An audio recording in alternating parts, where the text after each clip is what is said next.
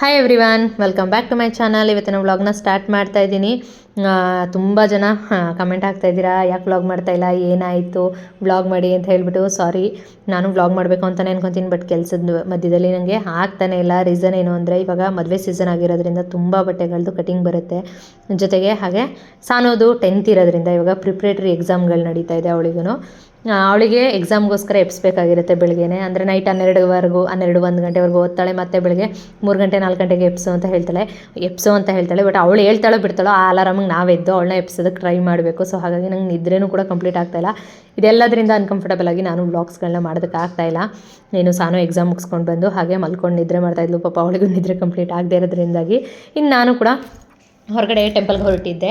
ಅದಕ್ಕೋಸ್ಕರ ಮಮ್ಮಿನ ಕೂಡ ಕರ್ಕೊಂಡು ಬಂದುಬಿಟ್ಟಿದ್ದೆ. ನಾನು ಹೊರಗೆ ಹೋಗ್ಬೇಕಾದ್ರೆ ಏನು ಸಾನೋ ಎಕ್ಸಾಮ್ ಇದೆ ಅಲ್ವಾ, ನೋಡ್ಕೊಳ್ಳೋದಕ್ಕೆ ಯಾರಾದರೂ ಮನೇಲಿ ಇರಬೇಕಲ್ಲ ಅಂತ ಹೇಳಿ ಮಮ್ಮಿನ ಕರ್ಕೊಂಡು ಬಂದುಬಿಟ್ಟು ನಾನು ಕೂಡ ಹೊರಟಿದ್ವಿ. ಇನ್ನು ಈವ್ನಿಂಗ್ ಟೈಮ್ ಹೊರಟಿದ್ದು. ಈವ್ನಿಂಗ್ ಅಂದರೆ ಇಲ್ಲ, ಆಫ್ಟರ್ನೂನ್ ಅನಿಸುತ್ತೆ, 3-3:30 ಆಗಿತ್ತು ಅನಿಸುತ್ತೆ. ಅವಾಗ ಹೊರಟ್ವಿ. ಅಂದರೆ ಬನಶಂಕರಿಗೆ ಹೋಗಿದ್ವಿ ನಾವು. ಬನಶಂಕರಿಗೆ ಹೋಗಿ ಅಲ್ಲಿ ಬಸ್ ಇಳ್ಕೊಂಡು ಆಟೋ ಇಟ್ಕೊಂಡು ಸುವರ್ಣ ಫ್ರೆಂಡ್ ಮನೆಗೆ ಹೋಗ್ತಾಯಿದ್ದಿದ್ದು. ನಾವು 3 ಜನ ಹೋಗ್ತಾಯಿದ್ವಿ. ಸುವರ್ಣ ಫ್ರೆಂಡು, ನಾನು 3 ಜನನೂ ಕೂಡ. ಹಾಗಾಗಿ ಅವ್ರ ಫ್ರೆಂಡ್ ಮನೆಗೆ ಹೋಗೋಣ ಅಂಥೇಳಿ ಹೋಗ್ತಾಯಿದ್ವಿ. ಇತ್ತೀಚೆಗೆ ಸ್ವಲ್ಪ ದೇವಸ್ಥಾನ ಸುತ್ತೋದು ಕೂಡ ಜಾಸ್ತಿ ಆಗಿದೆ. ನೋಡೋಣ, ಇನ್ನೂ ಒಂದಷ್ಟು ದೇವಸ್ಥಾನಗಳನ್ನ ಸುತ್ತಾ ಇದ್ದೀನಿ. ಅದನ್ನು ಕೂಡ ಶೇರ್ ಮಾಡಬೇಕು ಅಂತ ಹೇಳಿ ವ್ಲಾಗ್ಸ್ನ ಮಾಡ್ತೀನಿ. ಬಟ್ ಆದರೆ ಎಡಿಟ್ ಮಾಡೋದಕ್ಕೆ ನನಗೆ ಟೈಮ್ ಸಾಕಾಗ್ತಾಯಿಲ್ಲ. ಇಲ್ಲಿ ಬಂದಿದ್ದು ಸುವರ್ಣ ಫ್ರೆಂಡ್ ಮನೆ JP ನಗರಲ್ಲಿ ಮನೆ ಇದ್ದಿದ್ದು. ಅವರು ಪೂಜೆ ಮಾಡಿ ಎಲ್ಲ ರೆಡಿ ಮಾಡಿದರು. ರಾಯರು ವಿಗ್ರಹ ಎಲ್ಲ ತುಂಬ ಚೆನ್ನಾಗಿಟ್ಟಿದ್ದಾಳೆ. ನನಗೆ ಅದು ನೋಡೋದಕ್ಕೆ ಇಷ್ಟ. ಎಲ್ಲದನ್ನು ಪೂಜೆ ಮಾಡಿ ರೆಡಿ ಮಾಡಿದ್ಲು. ಹೊರಡ್ತಾ ಇದ್ವಲ್ಲ ಅಂತ ಹೇಳಿಬಿಟ್ಟು. ಸುವರ್ಣ ಫ್ರೆಂಡ್ ಹೆಸರು ಶಕುಂತಲಾ ಅಂತೇಳಿ, ನಾವೆಲ್ಲ ಶಕು ಅಂತ ಕರಿತೀವಿ.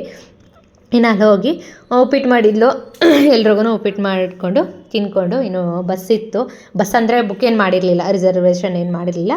ಹಾಗೆ ಹೊರಡೋಣ ಅಂತ ಹೊರಡ್ತಾಯಿದ್ವಿ. ಇನ್ನು ಅವರಿಗಿಬ್ಬರು ಗಂಡು ಮಕ್ಕಳು, ಒಬ್ಬ 9th ಓದ್ತಿದ್ದಾನೆ, ಇನ್ನೊಬ್ಬ 2nd ಸ್ಟ್ಯಾಂಡರ್ಡ್ ಓದ್ತಿದ್ದಾನೆ. ಅವರೂ ಕೂಡ ಬಿಟ್ಟು ಹೊರಟ್ವಿ. ಇನ್ನು ಎಲ್ಲಾದರೂ ಹೊರಗೆ ಹೋಗಬೇಕಾದ್ರೆ ನಮಗೆ ನಮ್ಮ ರಾಯರ ಆಶೀರ್ವಾದ ಬೇಕು ಅನಿಸುತ್ತೆ. ಸೊ ಹಾಗಾಗಿ ಜಯನಗರ್ಗೆ ಹೋಗೋಣ ಅಂತ ಹೇಳಿಬಿಟ್ಟು ಜಯನಗರಲ್ಲಿ ರಾಯರು ಮಠ ಇದೆ. ತುಂಬ ಚೆನ್ನಾಗಿದೆ. ನಾನು ಇದುವರೆಗೂ ಒಳಗೆ ಯಾವತ್ತೂ ಹೋಗಿಲ್ಲ. ನೋಡ್ತಿದ್ದೆ, ಆನ್ ದಿ ವೇ ಹೋಗಬೇಕಾದ್ರೆ ನೋಡಿದ್ದೆ. ಬಟ್ ಆದರೆ ಒಳಗಡೆ ಹೋಗಿ ರಾಯರು ದರ್ಶನ ಮಾಡೋದಕ್ಕಾಗಿರಲಿಲ್ಲ. ಇವತ್ತು ರಾಯರೇ ಕರ್ಸ್ಕೊಂಡ್ರು ಅನಿಸುತ್ತೆ. ಸೊ ಶಕ್ಕು ಹೇಳಿದ್ಲು, ಬನ್ನಿ ಹೆಂಗಿದ್ರೂ ಹೋಗ್ತಾ ಇದ್ದೀವಲ್ವ, ದರ್ಶನ ಮಾಡ್ಕೊಂಡು ಹೋಗ್ಬಿಡೋಣ ರಾಯರದು ಅಂತ ಹೇಳಿದ್ಲು. ಸೊ ಹಾಗಾಗಿ ಹೊರಟ್ವಿ. ಇನ್ನು ಈ ವಿಗ್ರಹ ಮಾತ್ರ, ರಾಯರ ವಿಗ್ರಹ ತುಂಬ ವೀಡಿಯೋಸ್ಗಳಲ್ಲಿ ನಾನು ಇನ್ಸ್ಟಾದಲ್ಲಿ ನೋಡ್ತಿದ್ದೆ. ಬಟ್ ಆದರೆ ನನಗೆ ಯಾವತ್ತೂ ನೋಡೋಕ್ಕೆ ಸಿಕ್ಕಿರಲಿಲ್ಲ.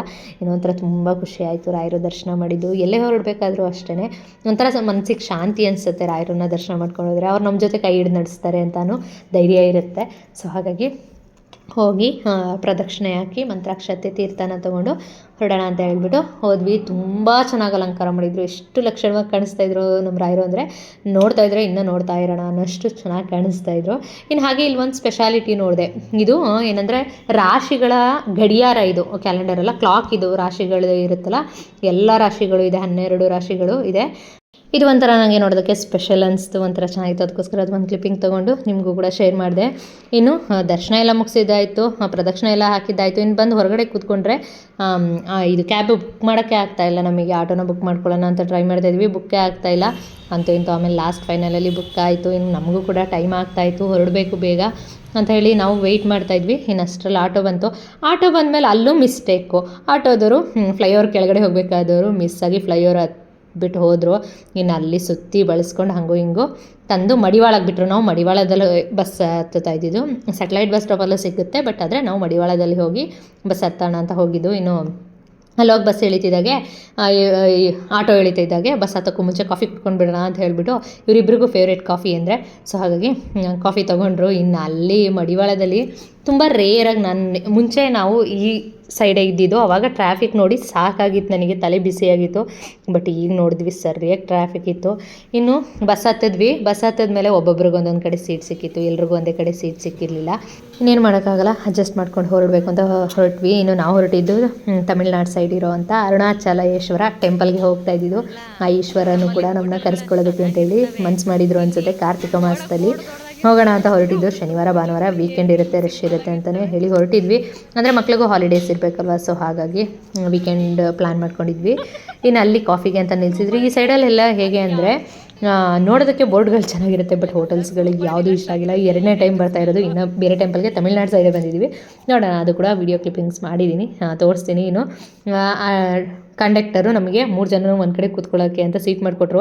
ಬಟ್ ನಮ್ಮ ಮುಖಗಳನ್ನ ನೋಡಿ ನಾವೇ ನಗ್ತಾ ಇದ್ವಿ, ಯಾಕೆಂದರೆ ಅಷ್ಟು ಫ್ರೆಶ್ ಆಗಿದ್ದವರು.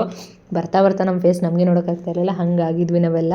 ಇನ್ನು ಅಲ್ಲಿ ಹೋಗಿ ಇಳ್ಕೊಂಡಾದ್ಮೇಲೆ ಅಲ್ಲಿಂದ ಒಂದು 20 ರೂಪಾಯಿ ಆಟೋ ಕೊಟ್ಟರೆ ದೇವಸ್ಥಾನದ ಮುಂದೆ ಕರ್ಕೊಂಡೋಗ್ಬಿಡ್ತಾರೆ. ಟೈಮ್ ಹೋಗೋದ್ರೊಳಗೆ ಮಧ್ಯರಾತ್ರಿ 1 ಗಂಟೆ ಆಗಿತ್ತು. ಮಧ್ಯರಾತ್ರಿ ಅನ್ನೋದಕ್ಕಿಂತ ಹೆಚ್ಚಾಗಿ ಬೆಳಗಿನ ಜಾವ 1 ಗಂಟೆ ಆಗಿತ್ತು. ಇನ್ನು ಅಲ್ಲಿ ಎಲ್ಲರೂ ಕೂಡ ಗಿರಿ ಪ್ರದಕ್ಷಿಣೆ ಸ್ಪೆಷಾಲಿಟಿ ಅಂದರೆ ಅಲ್ಲಿ ಗಿರಿ ಪ್ರದಕ್ಷಿಣೆ ಮಾಡೋದು. ಎಲ್ಲರೂ ಕೂಡ ರೆಡಿಯಾಗಿ ಹೋಗ್ತಾಯಿದ್ರು. ಬಟ್ ನಾವು ಫಸ್ಟು ರೂಮ್ ಮಾಡಿಕೊಂಡು ಸ್ವಲ್ಪ ಫ್ರೆಶ್ ಅಪ್ ಆಗೋಣ ಅಂತ ಹೇಳಿಬಿಟ್ಟು ರೂಮ್ ಮಾಡ್ಕೊಂಡ್ವಿ. ಇನ್ನು ಈ ರೂಮ್ಗೆ 1000 ರೂಪೀಸ್ ಪೇ ಮಾಡಬೇಕಾಗಿ ಬಂತು. ಅಂದರೆ ವೀಕ್ ಡೇಸಲ್ಲಿ ಬಂದರೆ ಇದು 500ಗೆಲ್ಲ ಸಿಗುತ್ತಂತೆ. ಬಟ್ ವೀಕೆಂಡ್ಸ್ ಆಗಿರೋದ್ರಿಂದ 1000 ರೂಪೀಸ್ ಹೇಳಿದ್ರು. ನಾವು ಬಾರ್ಗೇನ್ ಮಾಡೋದಕ್ಕೆ ತುಂಬ ಟ್ರೈ ಮಾಡಿ 1500 ಹೇಳಿದ್ರು. ಬಾರ್ಗೇನ್ ಮಾಡಿ ನಾವು 1000 ರೂಪೀಸ್ಗೆ ಕೇಳಿದ್ದು. ಅಂದರೆ 800ಇಂದ ಸ್ಟಾರ್ಟ್ ಮಾಡಿ 1000ಗೆ ಲಾಸ್ಟ್ ಮಾಡ್ಕೊಂಡು 1000 ರೂಪೀಸ್ಗೆ ಈ ರೂಮ್ನ ಮಾಡ್ಕೊಂಡ್ವಿ. ಇನ್ನು ಬಂದಿದ್ದಾದಮೇಲೆ ಎಲ್ಲರೂ ಕೂಡ ಫ್ರೆಶ್ ಅಪ್ ಆಗೋಣ ಅಂತ ಹೇಳಿಬಿಟ್ಟು ಫ್ರೆಶ್ ಅಪ್ ಆದ್ವಿ. ಇನ್ನು ಇಲ್ಲಿಗೆ ಹೋಗೋ ಸ್ಪೆಷಾಲಿಟಿ, ಈ ಟೆಂಪಲ್ಗೆ ಹೋಗೋ ಸ್ಪೆಷಾಲಿಟಿ ಬಂದು ಗಿರಿ ಪ್ರದಕ್ಷಿಣೆ. ಅಂದರೆ ಅರುಣಾಚಲೇಶ್ವರ ಟೆಂಪಲ್ಗೆ ಬಂದರೆ ಇದು ಬಂದು ತಮಿಳ್ನಾಡಲ್ಲಿ ತಿರುವಣ್ಣಾಮಲೈಯಲ್ಲಿ ಇರೋವಂಥದ್ದು ಟೆಂಪಲು. ಇಲ್ಲಿ ಬಂದರೆ ಗಿರಿ ಪ್ರದಕ್ಷಿಣೆ ಹಾಕೋದೆ ಫೇಮಸ್. ಅಂದರೆ ಅದೇನೇ ಇಲ್ಲಿಗೆ ಮಾಡೋವಂಥ ಸೇವೆ.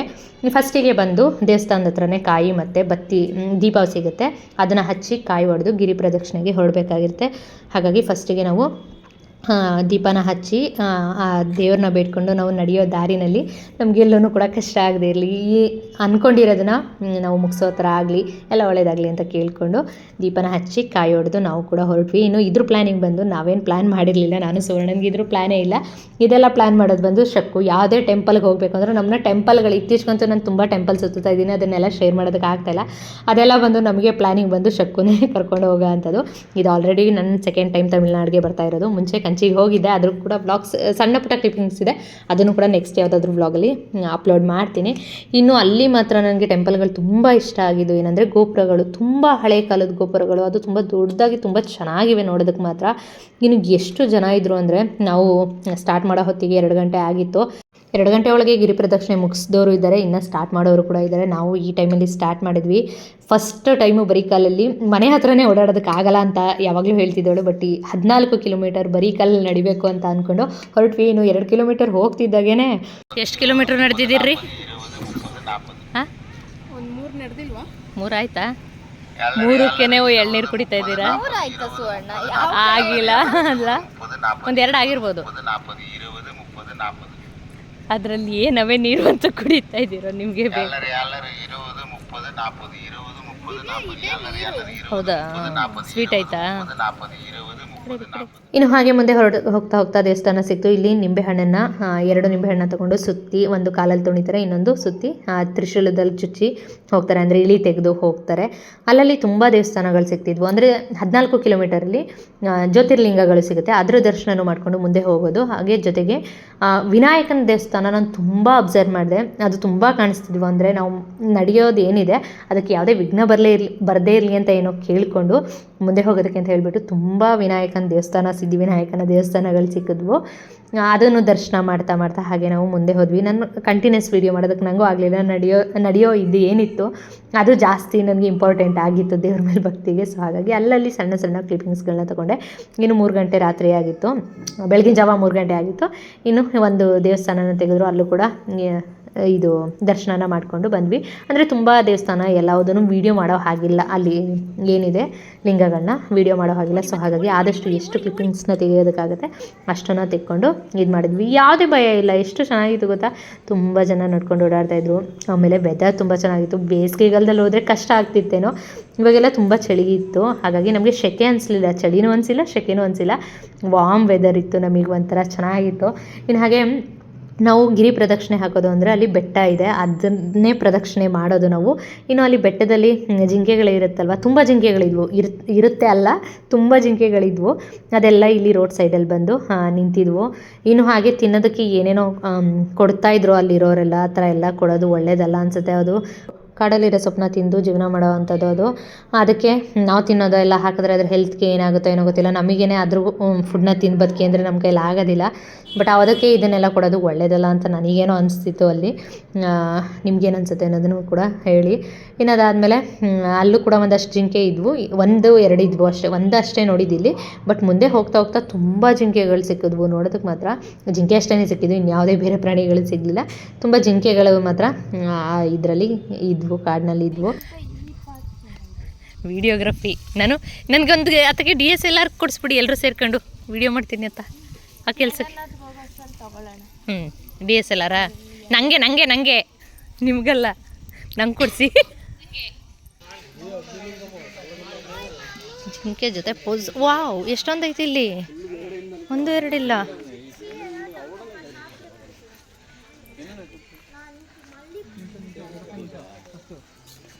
ಹಾಕೊಂಬಿರೋ ಜಿಂಕೆ ಸಖತ್ತಾಗೈತಲ್ಲ. ಮಾಡ್ತಾ ಇದ್ದೀನಿ. ಹೋ ಪಾಪ, ಅದು ಸಖತ್ತಾಗೈತೆ.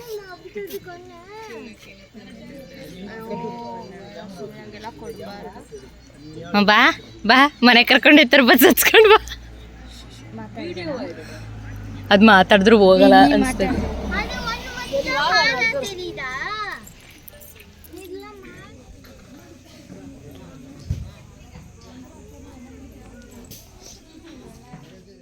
ಅಲ್ಲಲ್ಲಿ ಜ್ಯೋತಿರ್ಲಿಂಗಗಳ ದರ್ಶನ ಕೂಡ ಮಾಡಿಕೊಂಡು ಮುಂದೆ ಬಂದ್ವಿ. ಇನ್ನು ತುಂಬ ದೇವಸ್ಥಾನಗಳು ಓಪನ್ ಇರೋದಿಲ್ಲ, ಕ್ಲೋಸ್ ಇರುತ್ತೆ. ಬಟ್ ಕ್ಲೋಸ್ ಇದ್ರೂ ಕೂಡ ನಾವು ಹೊರಗಿಂದನೂ ಕೂಡ ಆ ಲಿಂಗನ ದರ್ಶನ ಮಾಡ್ಬೋದು. ಆ ರೀತಿಯಾಗಿ ಎಲ್ಲ ದೇವಸ್ಥಾನಗಳು ಇರೋ ಅಂಥದ್ದು. ಇನ್ನು ಹಾಗೆ ಇಲ್ಲೊಂದು ದೇವಸ್ಥಾನದ ಹತ್ರ ಸೋಡಾ ಕುಡಿಯೋಣ ಅಂತ ಹೇಳ್ಬಿಟ್ಟು ಸುವರ್ಣ ನಿಲ್ಲಿಸಿದ್ರು, ಅಂದರೆ ಕೂತ್ಕೊಂಡ್ರು ಸ್ವಲ್ಪ ಹೊತ್ತು. ಬಟ್ ನನಗೆ ಕೂತ್ಕೊಳ್ಳೋದಕ್ಕಿಂತ ಹಾಗೆ ಕಂಟಿನ್ಯೂಸ್ ನಡೆದ್ರೆ ಓಕೆ ಅನಿಸ್ತು. ಅಲ್ಲಲ್ಲಿ ಕೂತು ನಡೆಯೋಕ್ಕೆ ಶುರು ಮಾಡಿದಾಗ ಕಾಲು ಪೇನ್, ಅಂದರೆ ಉರಿ ಶುರು ಆಗ್ತಿತ್ತು.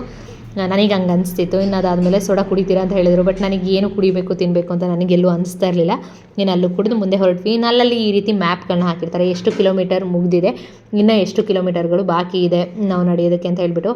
ಅಂದರೆ 10 ಕಿಲೋಮೀಟ್ರ್ ಆರಾಮ್ಸೆ ನಡ್ಕೊಂಡು ಬಂದ್ವಿ. ಅದಾದಮೇಲೆ ನಮಗೆ 2 ಕಿಲೋಮೀಟರ್ ಬರುತ್ತಲ್ಲ, ಅದು ಸ್ವಲ್ಪ ಕಷ್ಟನೇ ಅನಿಸ್ತು ನಮಗೆ. 10 14 12 ಕಿಲೋಮೀಟ್ರೂ ಸ್ವಲ್ಪ ಪರವಾಗಿಲ್ಲ ಅಂತ ನಡೆದ್ವಿ. 2 ಕಿಲೋಮೀಟರ್ನ ಕಷ್ಟ ಅನಿಸ್ತು ಸ್ವಲ್ಪ. ಇನ್ನು ಎಲ್ಲ ಹಾಗೆ ಬರ್ತಾ ಇದ್ದಾಗೆ ಇಲ್ಲಿ ಪಂಚಮುಖಿ ರುದ್ರಾಕ್ಷಿನೂ ಕೂಡ ಕೊಡ್ತಾರೆ, ಫ್ರೀಯಾಗಿ ಕೊಡೋ ಅಂಥದ್ದು ದೇವಸ್ಥಾನದಲ್ಲಿ. ಸೊ ಹಾಗಾಗಿ ಎಲ್ಲರೂ ಇಸ್ಕೊತಿದ್ರು, ನಾವು ಇಸ್ಕೊಂಡ್ವಿ. ಅದು ಏನು ಒಳ್ಳೇದಕ್ಕೆ, ಅವ್ರು ಒಳ್ಳೇದಕ್ಕೆ ಕೊಡ್ತಾರಾ ಇಲ್ಲ ನಮ್ಮ ಒಳ್ಳೇದಕ್ಕೆ ಕೊಡ್ತಾರಾ ಗೊತ್ತಿಲ್ಲ, ಕೊಡ್ತಾ ಇರ್ತಾರೆ. ಹಾಗೆಯೇ ಅದನ್ನ ಇಸ್ಕೊಂಡು ಮುಂದೆ ನಡ್ಕೊಂಡು ಬಂದ್ವಿ. ನಾವು ಕಾಡನ್ನ ಸುತ್ತಬೇಕಾದ್ರೆ ಏನೂ ಅನಿಸ್ಲಿಲ್ಲ. ಆ ಸಿಟಿಗೆ ಬಂದಾಗ ನಡೆಯೋದು ಕಷ್ಟ ಅನಿಸಿದ್ದು. 2 ಕಿಲೋಮೀಟರ್ ಅಲ್ಲೇ ಕಷ್ಟ ಆಗಿದ್ದು. ಏಕೆಂದರೆ ಸುತ್ತಮುತ್ತ ಅಂಗಡಿಗಳಿರುತ್ತೆ, ಅಲ್ಲಿಂದ ಮಣ್ಣುಗಳೆಲ್ಲದನ್ನು ತಳ್ಳಿ ಸಣ್ಣ ಪುಟ್ಟ ಕಲ್ಲುಗಳು ರೋಡಲ್ಲಿ ಬಂದು ಬಿದ್ದಿರುತ್ತೆ, ಅದೆಲ್ಲ ಚುಚ್ಚಿ ಸ್ವಲ್ಪ ಕಷ್ಟ ಅನಿಸ್ತು. ಇನ್ನು 6:10ಕ್ಕೆ ನಮ್ಮದು ಗಿರಿ ಪ್ರದಕ್ಷಿಣೆ ಮುಗೀತು. ಬಂದು ಇಲ್ಲಿ ನಿಂತ ಮೇಲೆ ಎಷ್ಟೇ ಕಷ್ಟಪಟ್ಟು ನಡೆದಿದ್ರು ಸ್ವಲ್ಪ ಸಮಾಧಾನ ಅನಿಸೋದು. ಇಲ್ಲಿ ಬಂದು ಆ ದೇವಸ್ಥಾನನ ನೋಡಿದಾಗ, ಗೋಪುರನ ನೋಡಿದಾಗ, ಅದ್ರ ಹಿಂದೆ ಬೆಟ್ಟ ನೋಡಿ, ಮಂಜು ತುಂಬಿದ ವಾತಾವರಣ, ವೆದರು ಕೂಡ ಇವತ್ತು ಅಷ್ಟೇ ಚೆನ್ನಾಗಿತ್ತು ಮಾತ್ರ. ಅದು ನೋಡ್ತಿದ್ದಾಗೆ ನಾವು 14 ಕಿಲೋಮೀಟ್ರ್ ನಡೆದು ಬಂದ್ವಿ ಅನ್ನೋದೇ ನಮಗೆ ಮರ್ತೋಗ್ಬಿಟ್ಟಿತ್ತು. ಇನ್ನು ಅದಾದಮೇಲೆ ರೂಮಿಗೆ ಬಂದ್ವಿ. ಅಂದರೆ ಮುಗ್ದಿತ್ತಲ್ವ, ನಮಗೆ ಬೇಗ ಮುಗ್ದಿತ್ತು, 6:10ಕ್ಕೆಲ್ಲ ಮುಗ್ದಿತ್ತಲ್ಲ. ದರ್ಶನಕ್ಕೆ ಹೋಗೋದು ಸ್ವಲ್ಪ ಲೇಟಾಗಿ ಹೋಗೋಣ ಅಂತ ಹೇಳ್ಬಿಟ್ಟು ಸ್ವಲ್ಪ ಹೊತ್ತು ರೆಸ್ಟ್ ಮಾಡಿದ್ವಿ. 8 ಗಂಟೆವರೆಗೂ ರೆಸ್ಟ್ ಮಾಡಿ ಇನ್ನು ಅದಾದಮೇಲೆ ಎದ್ದು ಎಲ್ಲರೂ ಫ್ರೆಶ್ ಅಪ್ ಆಗಿ ರೆಡಿ ಆದ್ವಿ. ಟೈಮು 9 ಗಂಟೆ 9:15 ಆಗಿತ್ತು. ಅಷ್ಟರಲ್ಲಿ ಆಲ್ರೆಡಿ ಎಲ್ಲರೂ ರೆಡಿಯಾಗಿ ಹೊರಡೋಣ ಇನ್ನೇನು ಟೆಂಪಲ್ಗೆ ಅಂತ ಹೊರಡ್ತಾ ಇದ್ವಿ. ಇವತ್ತು ರಶ್ಶು ಕೂಡ ಸ್ವಲ್ಪ ಜಾಸ್ತಿ ಇತ್ತು, ಅಂದರೆ ಕಾರ್ತಿಕ ಮಾಸ ಆಗಿರೋದ್ರಿಂದ ರಶ್ ಜಾಸ್ತಿ. ಅಂದರೆ ಇನ್ನೊಂದೇನೆಂದರೆ ಗಿರಿ ಪ್ರದಕ್ಷಿಣೆ ಮಾಡಿ ದರ್ಶನಕ್ಕೆ ಬರ್ದೇನೆ ತುಂಬ ಜನ ಹೋಗ್ಬಿಡ್ತಾರಂತೆ. ಅಲ್ಲಿ ಮೇಯ್ನ್ ಮಾಡಬೇಕಾಗಿರೋವಂಥದ್ದು ಗಿರಿ ಪ್ರದಕ್ಷಿಣೆ ಅಂತೆ. ತುಂಬ ಜನ ಹೋಗ್ಬಿಡ್ತಾರೆ. ಬಟ್ ಇವಾಗ ಕಾರ್ತಿಕ ಮಾಸ ಇರೋದ್ರಿಂದ ತುಂಬ ಜನ ದರ್ಶನಕ್ಕೆ ಅಂತ ಇದ್ದಿದ್ದರಿಂದ ಜಾಸ್ತಿ ಜನ ಇದ್ದರು. 50 ರೂಪಾಯಿ ಟಿಕೆಟ್ ಅಲ್ಲೂ ಹೋಗ್ಬೋದು, ಫ್ರೀ ಟಿಕೆಟು ಇರುತ್ತಂತೆ. ನಾವು ಅಂದರೆ 500 ರೂಪೀಸ್ ಇರೋದನ್ನು ಬಾರ್ಗೇನ್ ಮಾಡಿಕೊಂಡು ನಮಗೆ 400 ಮಾಡಿಸ್ಕೊಂಡು ನಾವು ಕೂಡ ಸ್ಪೆಷಲ್ ದರ್ಶನ, ಅಂದರೆ ಸ್ವಲ್ಪ ಮುಂದೆ ಬಿಡ್ತಾರೆ, ತುಂಬ ಮುಂದೆ ಅಲ್ಲ, ಸ್ವಲ್ಪ ಮುಂದೆ ಬಿಡ್ತಾರೆ. ಸೊ ಹಾಗಾಗಿ ಅಲ್ಲಿ ಹೋಗಿದ್ವಿ. ನನಗೆ ಮಸಲ್ ಕ್ಯಾಚ್ ಬೇರೆ ಆಗಿಬಿಟ್ಟಿತ್ತು, ಲೆಫ್ಟ್ ಸೈಡ್ ಲೆಗ್ಗು. ನನಗೆ ನಡೆದ ಅಭ್ಯಾಸನೇ ಇಲ್ಲದೆ ಇರೋದ್ರಿಂದ ನಡೆದಿದ್ದು ಪಾದ ಏನು ಪೇಯ್ನ್ ಬಂದಿರಲಿಲ್ಲ, ಮಸಲ್ ಕ್ಯಾಚ್ ಆಗಿದ್ದರಿಂದ ಸ್ವಲ್ಪ ಪೇನ್ ಇತ್ತು. ಬಟ್ ಹೋದ್ವಿ, ದರ್ಶನ ಮಾಡಿದ್ವಿ, ತುಂಬ ಚೆನ್ನಾಗಿ ದರ್ಶನವೂ ಆಯಿತು. ಇನ್ನಲ್ಲೆಲ್ಲೂ ವೀಡಿಯೋಸ್ ಮಾಡೋ ಹಾಗಿಲ್ಲ ಒಳಗಡೆ. ಇನ್ನು ಮುಗಿಸ್ಕೊಂಡು ಬಂದು ಹೊರಗಡೆ ಹಾಗೆ ಕೂತಿದ್ವಿ. ಅಂದರೆ ನಾನು ಕೂತಿದ್ದೆ, ಅವರಿಬ್ಬರು ಪ್ರಸಾದ ತರೋದಕ್ಕೆ ಅಂತ ಹೇಳಿ ಹೋಗಿದ್ರು. 10 ರೂಪಾಯಿಗೆ ಪುಳಿಯೋಗರೆ ಮತ್ತು ಹಾಗೆ 10 ರೂಪಾಯಿಗೆ ಪೊಂಗಲ್ ಸಿಗುತ್ತೆ. ಬಟ್ ಇವತ್ತು ನಾವು ಏಕಾದಶಿ ಉಪವಾಸ ಇತ್ತು, ಅನ್ನ ತಿನ್ನೋ ಹಾಗಿರಲಿಲ್ಲ. ಸೊ ಹಾಗಾಗಿ ಯಾರು ಕೂಡ ಊಟ ಮಾಡಲಿಲ್ಲ, ನಾವು ಉಪವಾಸನೇ ಇದ್ವಿ ಹಣ್ಣು ತಿನ್ಕೊಂಡು. ಹಾಗಾಗಿ ಅದೇನು ತೊಗೊಳ್ಳಿಲ್ಲ. ಬಟ್ ಮನೆಗೆ ಅಂತ ಹೇಳಿ ಲಡ್ಡು ಪ್ರಸಾದ ಸಿಗುತ್ತೆ, ಅದನ್ನು ತೊಗೊಂಡು ಬಂದಿದ್ರು ಅಷ್ಟೇ. ಇನ್ನು ಇಲ್ಲಿ ಗೋಪುರಗಳು ಮಾತ್ರ ನನಗೆ ಸಿಕ್ಕಾಪಟ್ಟೆ ಇಷ್ಟ ಆಗಿಬಿಟ್ಟಿದೆ. ಅಲ್ಲಿ ಗೋಪುರಗಳು ನೋಡೋದಕ್ಕೆ ಒಂಥರ ಚಂದ ಅನಿಸುತ್ತೆ. ಇನ್ನು ಗೋಪುರಗಳೇನಿದೆ ಅದೇ ಥರ ಪುಟ್ಟದಾಗಿ ಉಡನಲ್ಲಿ ಕೂಡ ಮಾಡಿ ಇಲ್ಲಿ ಇಟ್ಟಿದ್ರು. ನಾವು 3 ಜನ ಒಂದೊಂದು ತೊಗೊಳ್ಳೋಣ ಅಂತ ಬಾರ್ಗೇನ್ ಮಾಡಿ ನೋಡಿದ್ವಿ, ನಮ್ಮ ಬಜೆಟ್ಗೆ ಯಾರೂ ಬರಲಿಲ್ಲ. ಸೊ ಹಾಗಾಗಿ ಅದನ್ನು ತೊಗೊಳ್ಳಿಲ್ಲ. ನೋಡೋಣ ನೆಕ್ಸ್ಟ್ ಟೈಮ್ ಹೋದಾಗ ಯಾವಾಗಾದರೂ ತೊಗೊಳ್ಳೋಣ ಅಂತ ಅಂದ್ಕೊಂಡು ಸುಮ್ಮನೆ ಆಗಿದ್ವಿ. ಇನ್ನು ಹಾಗೆ ಒಂದಷ್ಟು ಶಾಪಿಂಗ್ ಮಾಡಿಕೊಂಡು ಮತ್ತೆ ಹೊರಡಬೇಕು ಈಗ ನಾವು ಬೆಂಗಳೂರು ಕಡೆ ಅಂತ ಹೇಳಿ ಹೊರಟ್ವಿ ಎಲ್ಲರೂ. ಮತ್ತೆ ರೆಡಿಯಾಗಿ ಬಸ್ ಸ್ಟಾಪ್ಗೆ ಹೊರಟ್ವಿ. ಅಂದರೆ ಇಲ್ಲಿ KSRTC ಬಸ್ಸು ಕೂಡ ಬರುತ್ತೆ, ಬಟ್ ಆಫ್ಟರ್ 3 o'clock ಅಂತ ಹೇಳಿದರು. ಬಟ್ ಅಷ್ಟೊತ್ತವರೆಗೂ ವೆಯ್ಟ್ ಮಾಡ್ದಾಗ ಕೂರೋದಕ್ಕೆ ಆಗೋದಿಲ್ಲ, ಬೇಡ ಅಂತ ಹೇಳಿಬಿಟ್ಟು ನಾವು ನಾರ್ಮಲ್ ಅಲ್ಲಿ ಇದು ಏನು ಬಸ್ಗಳು ಬರುತ್ತೆ ತಮಿಳ್ನಾಡು ಬಸ್ಸು, ಅದನ್ನೇ ಹತ್ತಿ ಕೂತ್ಕೊಂಡು ಬೆಂಗಳೂರು ಕಡೆ ಹೊರಟ್ವಿ. ತುಂಬ ಚೆನ್ನಾಗಿ ದರ್ಶನ ಆಯಿತು. ಆ ದೇವರೇ ಮನಸ್ಸು ಮಾಡಬೇಕು, ನಾವು ಏನೇ ಮಾಡಬೇಕು ಅಂದರೂ ನಮ್ಮ ಕೈಲಿ ಏನಿಲ್ಲ ಅಂತ ನಾನು ನಂಬ್ತೀನಿ. ಮಾತ್ರ ನಾನು ನಂಬೋ ಅಂಥದ್ದು ಅದೇ, ನಮ್ಮ ಶ್ರಮ ಇರಬೇಕು, ಬಟ್ ದೇವರು ನಮಗೆ ಅದು ಫಲನ ಕೊಡಬೇಕು. ಸೊ ಅವರೇನೆ ಕರೆಸ್ಕೊಂಡು ನಮಗೆ ತುಂಬ ಚೆನ್ನಾಗಿ ದರ್ಶನ ಕೊಟ್ಟರು ಅಂತ ಅನಿಸ್ತು. ಇನ್ನು ಹಾಗೆಯೇ ನಮಗೆ ಹೋಗಿ ಬಂದಿದ್ದು ಸುಸ್ತು ಅಂತಲೂ ಕೂಡ ಎಲ್ಲಿ ಅನಿಸ್ಲಿಲ್ಲ. ನೈಟೆಲ್ಲ ನಿದ್ರೆ ಮಾಡಿಲ್ಲ. 14 ಕಿಲೋಮೀಟರ್ ನಡೆದಿದ್ದೀವಿ ಅನ್ನೋ ಫೀಲೇ ನಮಗೆಲ್ಲೂ ಗೊತ್ತೇ ಆಗಲಿಲ್ಲ ಅನಿಸ್ತು. ಅಷ್ಟು ಚೆನ್ನಾಗಿತ್ತು. ಇನ್ನು ಮತ್ತೆ ಬಂದು ಮಡಿವಾಳದಲ್ಲಿ ಇಳ್ಕೊಂಡು ನಾವು ಆಟೋ ಮಾಡ್ಕೊಂಡು ನಾನು ಸುವರ್ಣ ಹೊರಟ್ವಿ. ಇನ್ನು ಶಕ್ಕುನು ಕೂಡ ಸಪ್ರೇಟ್ ಅವಳು ಕೂಡ ಹೊರಟರು. ತುಂಬ ಚೆನ್ನಾಗಿ ದರ್ಶನ ಆಯಿತು. ಯಾರಾದರೂ ಹೋಗೋದಿದ್ರೆ ಆರಾಮಾಗಿ ಹೋಗಿ ಬನ್ನಿ. ಬಸ್ಸಿಗೆ ಬಂದು 220 ರುಪೀಸ್ ಒನ್ ಸೈಡ್ ಟಿಕೆಟ್ ಆಗುತ್ತೆ ಅಷ್ಟೇ. ಅಂದರೆ ಬುಕ್ ಮಾಡ್ಕೊಂಡ್ರೆ ಸ್ವಲ್ಪ ಜಾಸ್ತಿ ಆಗುತ್ತೆ, ಬಟ್ ಅಲ್ಲಿ ಬಸ್ಗಳಿಗೆ ಹೋದರೆ 220 ರುಪೀಸ್ ಒನ್ ಸೈಡ್ಗೆ ಆಗುತ್ತೆ. ತುಂಬ ಕಮ್ಮಿ ಬಜೆಟಲ್ಲಿ ಹೋಗಿ ಬರ್ಬೋದು.